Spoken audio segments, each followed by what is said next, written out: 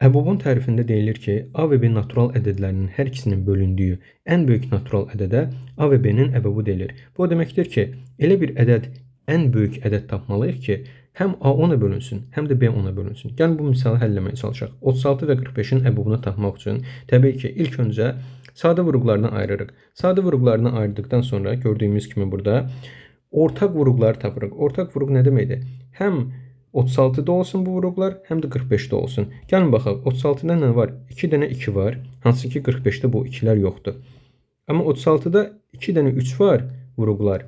Hansı ki 45'də də həmin bu 2 dənə 3 var. Deməli, bunlar ortaq vuruqlardır. Həm 45'də var, həm də 36'da var.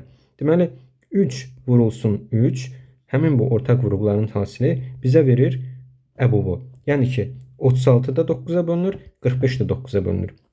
Beləliklə biz iki ədədin əbobunu tapmış olduq.